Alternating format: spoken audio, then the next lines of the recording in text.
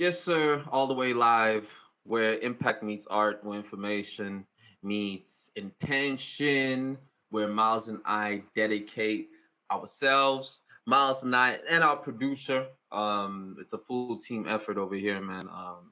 Dedicate Yes, sir. ourselves into understanding the latest in news, the latest things that are happening around the world to keep you guys informed. This week ain't no different. As of last week, Monday, there has been a eruption of protests specifically aimed towards the UN in the Democratic Republic of Congo. The last statistics that have came out is that there have been upwards of 15 deaths. A lot of them people that are working within the UN, and also some of them of the protesters. The people of the people of DRC, the Democratic Republic of Congo, which is a country in Africa that sits in Middle Africa between just underneath Rwanda. Speak of they fed up. They fed up with the UN. They're saying that these protests are because the UN has been there for a long time and are failing to be able to protect them from the increasing violence that has been coming from from terrorists and the resurgence of the M23 fights that have been happening. Um, if you're unfamiliar with the history of the Democratic Republic of Congo and specifically with Rwanda and how they act with each other, a more popular reference point would be Hotel Rwanda, where there was a genocide of 4 million people that happened over the span of 6 months. It's crazy. Wow. Yeah. It's absolutely crazy, man. And so it was a racial a culturally divided war between the Hutsis and the Hutus and the Tutsis. Sorry, forgive me. Um, where it's It's tough to talk about. I mean, look, man. The reason why this is so fascinating for us is because the UN is seen as a peacekeeping effort. And if you've been to some, like I've been to South Sudan, I've been to Rwanda, I've been to countries where the UN has a presence in those countries. From the airport, you land, not Rwanda specifically, but now speaking South Sudan, you land in the airport. There's massive UN and World Health Organization planes that are there. You go through. There's the UN flags are there. The UN cars are moving around, right? And you find that a lot of times in countries after there's been a war, the UN are the first movers to be able to go there and keep war. So what we wanted to do, man, is just inform you guys on the role of the UN in some of these countries, inform you guys on the situation that's happening in Congo, in the Democratic Republic of Congo. Um, Miles, what what did what did you think? What did you come across? I'm interested to hear your thoughts on this. Yeah, no, thank you for giving such a thorough introduction on that, giving people the context. That's solid. On my part, um, it's tough, right? Because I always hesitate to compare anything that's happening somewhere outside the U.S. to the context that I know of as far as organizing, right? As an organizer, I'm somebody who, yeah, touts, right? Power to the people.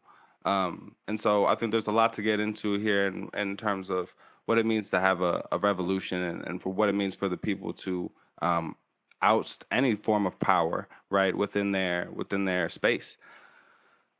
I look to the conversations we've had on Sri Lanka, right, where people gather together to, oust the Rajapaksas, and I think of all the different ways in which unrest takes shape and the different ways that we label it depending on the lens that we look at the conflict through. So as I look at this, right, I think the UN, if is a foreign entity, right? And if the people that live there, if the majority of the people that live there want them out, then I think that that's what should happen. And I admire the will of the people to gather together and to make that happen. At the same time, I guess I don't have enough context to know whether this movement to oust the UN truly does represent the feeling of the majority of folks in DRC. Um, I would hope that it does. I would hope that, I hope I'm not doing my own form of imperialism by hoping that there was some type of, I don't imagine there was a structured democratic decision to do this. That's often not how movements happen, but that there was some democracy infused, right? That's where I would start to have an issue with it. I wish I knew more about the specific things that the UN that caused people to be upset by the UN before the conflict really kicked off. But yeah, I think I'm just trying to process this as I try and process all kind of international events as feeling for the people that were lost, first and foremost. Um, Feeling for the people for whom this will continue to mean instability in terms of accessing food and water and shelter and healthcare. And for all the violence that accompanies this, right? That isn't directly related to the conflict. So I feel for folks when I see this, and I hope that there is some structure to bring order and organizing to this space. Now, I want to, in whatever way the people see fit, underline the people. But now I want to kick it back to you and be like, as we look at this, as we look at Sri Lanka, and then we look at things, and I know the answer to this question. I have a very vehement answer to this question, but I want to kick it to my brother to be like, when we look at other acts of violence perpetrated by people who are upset with their government, stuff like January 6th, right?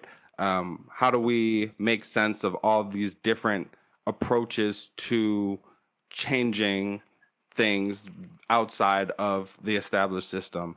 And how do we know which ones to support and which ones to be wary of?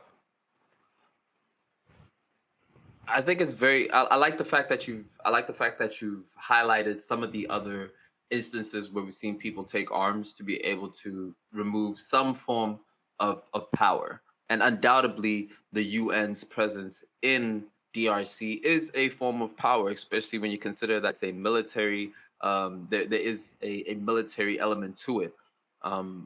However, it is different. It is very different from what the Rajapaksas were doing, and it is different from the January 6th movements, namely the population of people that we're speaking about in this particular instance is hundreds of people in a country where there's nearly 100 million people in the country. What they're saying is that the UN has been there for 20 years, right? So this MONUSCO, which is the Organizational Stabilization Mission in DRC, Mm. followed in 1999, was established in 1999 after the civil war that was happening within the DRC. And the UN, which is an intergovernmental organization, what they do is that they say, excuse me. Bless you. One Thank more you. again. Oh, So you good. yeah, I'm allergic to I'm allergic to civil wars. Um, the name of this episode is Zwed's allergic. Yeah. Zwed's allergic to too many things. Word. So how the UN came about is that after World War II, they were like, okay, listen, guys, war is bad. Okay, Okay. so let us all contribute military personnel, and let us all let there's a there's a donation plate going around for peace. So everybody put what you got in this pot. And from there, what they'll do is that they're not a military that will fight for freedom. They're a military that gets enacted so it can maintain freedom. And in this particular instance, in 1999, it was the same thing with the development of MONUSCO, where they said they are there to observe and ensure that the Freedom Charter and the freedom clauses that are put there are maintained over there. Now, over this 20-year period, there has been there has been some controversy that has come about, specifically in 2017, where they were saying 10 of the UN personnel were abusing and raping women. The largest contributor of the 18,000 troops that are in DRC is Indian. Hmm. That's important. Mm-hmm. When you understand and contextualize the relationships that Indians have with Africans from Kenya, South Africa, uh, over here as well, Rwanda, there is the second highest populations of Indians outside of India is in Africa, Yeah, namely South Africa. true. So there is there is tension in some areas, right? And so that definitely contributes a bit to this. But what they're saying is that you guys get $1 billion a year, have 18,000 troops in here, been here for 20 years, and the people you're supposed to protect us from, you can't even do that. So what is the point of you being here? And that's what I think makes this whole situation so different from January 6th and from the what we're seeing in Sri Lanka at the moment. Thank you. I appreciate you. Um, and that's yeah, that is kind of the core of what I wanted to get at, right? Like, what are the reasons? And who are they mobilizing around? I hope I was humble enough in my lack of knowledge in terms of the context. But yeah, this is a very particular case where it's the UN and not the government being attacked, right? I think in the case of January 6th, the point that I would also just add is that when you have one political figure intentionally riling up a group with disinformation, that's one way to kind of identify, well, this is a very different type of movement that we need to be conscious of, right? Versus people exercising the will of the people against government or any other occupying force. Like you said, this is a small group of people versus an entire nation of people. And when I think of all of those people and what this means in terms of stability in the nation, I would just hope that anything that happens in this vacuum, because there is always a vacuum of power, right? Whenever someone gets pushed out, and the UN is continuing to evacuate from DRC, that whatever resources that frees up are allocated to the people who need them most, and not just the people that are there in the moment when those resources become available. So, shout out to the folks organizing in DRC to make sure that yeah, that there can be solutions moving forward if they don't feel like the UN is providing those solutions. And shout out to y'all for rocking with us. You know, we see what's going on in the world and we're trying to make sense of it in real time. And this is one of those that we felt we should just cover in terms of what's going on in the world. People are having all different types of world experiences. Governments are changing, the world is changing. So pay attention.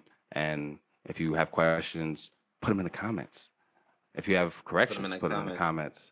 comments. Because, we really want to get engagement up on these sections of the show where we really trying to dive into this research. We really trying to, we trying to spark these conversations on a deep level. And so the more that y'all can engage and get involved, that's fire.